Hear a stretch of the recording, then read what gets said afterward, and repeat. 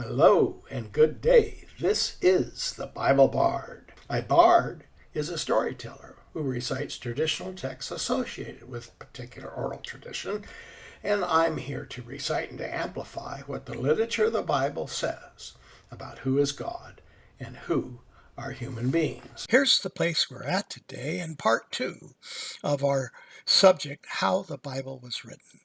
The Bible is a compilation of 66 individual books written by over 40 authors over a period of about 1,600 years, beginning about 1500 BC and ending about 100 AD. In the 39 books that form the content for the Old Testament, different persons, people groups, nations, and empires, different religions and philosophies all march past the reader.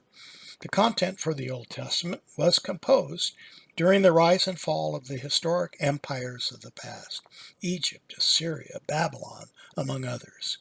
This podcast, part 2, answers the question, how is the text of the Bible actually composed? Let's look at several places where the text answers this question.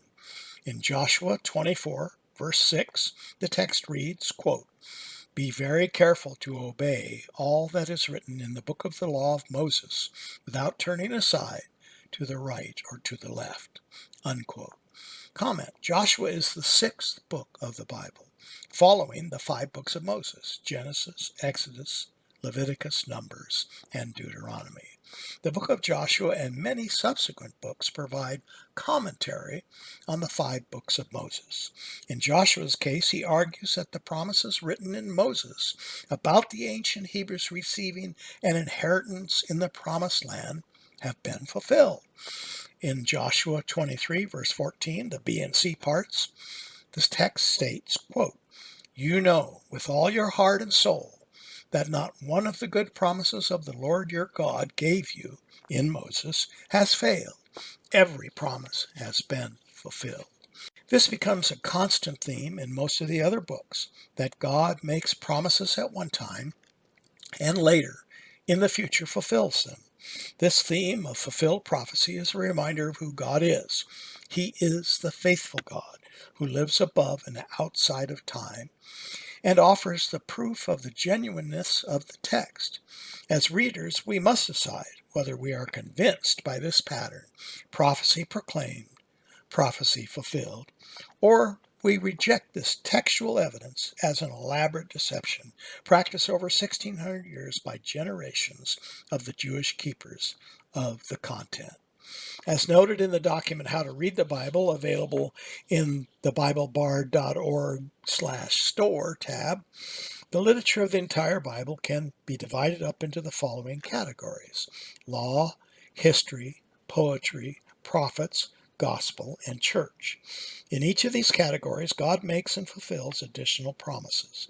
The text found in one section is referred to in another, each validating each, which might be suspicious if written by one author over their lifetime.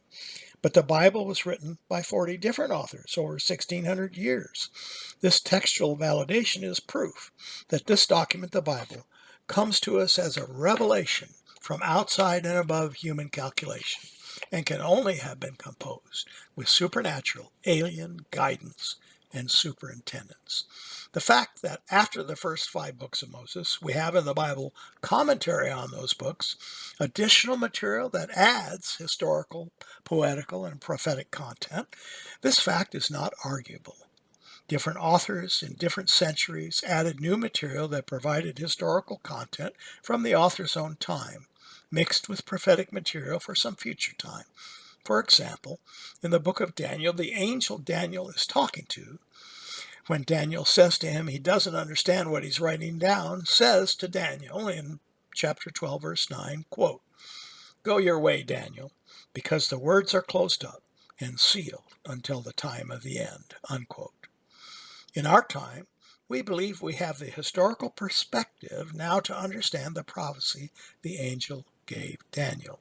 And much has been written about this book, which contains references to technology and events that a person who lived many years ago, 2,300 years ago, I think, could not have imagined.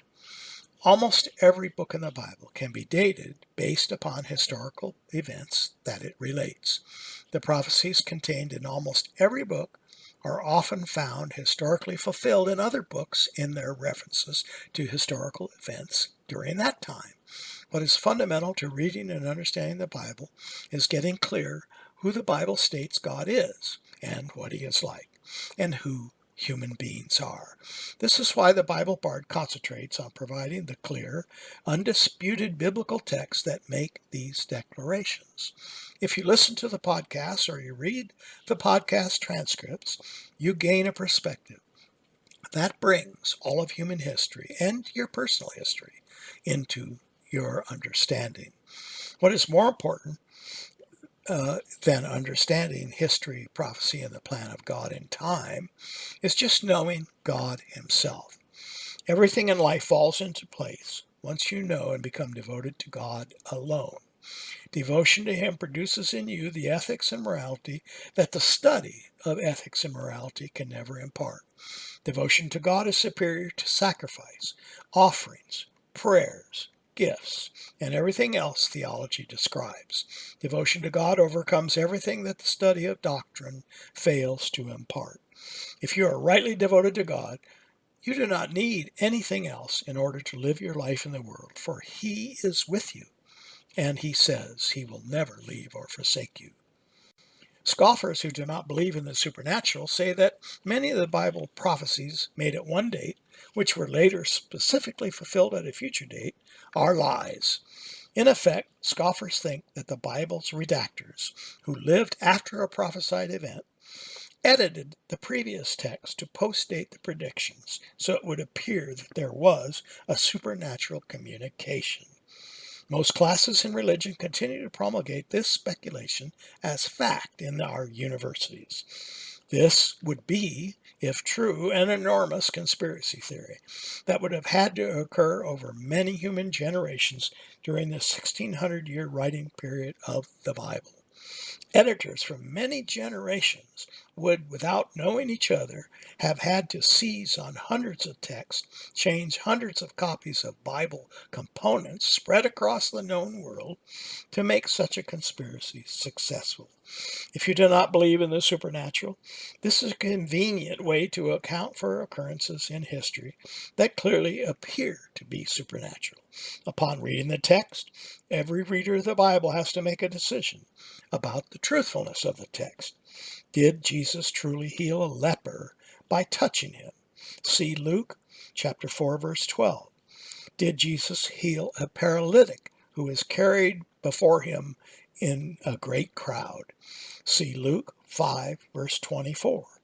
Did Jesus raise the dead? See Luke 7, verses 14 and 15.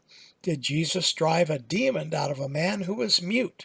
See Luke chapter 11, verse 14. Jesus' opponents, called the Pharisees, they witnessed these events, the text states, but they did not want to attribute them to the work of God because that would validate the teachings of Jesus, which were against them. So they said in Luke chapter 11, verse 15, by Beelzebub, the prince of demons, he, Jesus, is driving out demons, unquote. The opponents of Jesus had to acknowledge the supernatural nature of his healings during their lifetime. But instead of acknowledging that God did it, they attributed Jesus' healings to the work of anti-God, the devil. Of course, this maneuver doesn't help the modern-day scoffer because it still acknowledges the supernatural. If there is a devil, why can't there also be a God? And most of all, if there is a supernatural, why can't the Bible's account of it be true? This is the way the BibleBard works. Brief recitations, closely focused, no distractions, no rabbit trails. Send the BibleBard any questions or remarks you care to offer to BibleBardUS@gmail.com. Glad to hear from you. Thanks in advance for following and sharing content from the BibleBard community. Thanks for listening. The BibleBard does not get information about Jesus from religion or some theology people have developed in the past. The Bible itself, in its plain literary expressions, in its text, is the source of all revealed knowledge about God. We're archaeologists trying to get to that source. Once you know what the Bible says, because you have read it or heard its clear teaching for yourself, you are no longer dependent on religious ideology for your information. Get what the Bible says.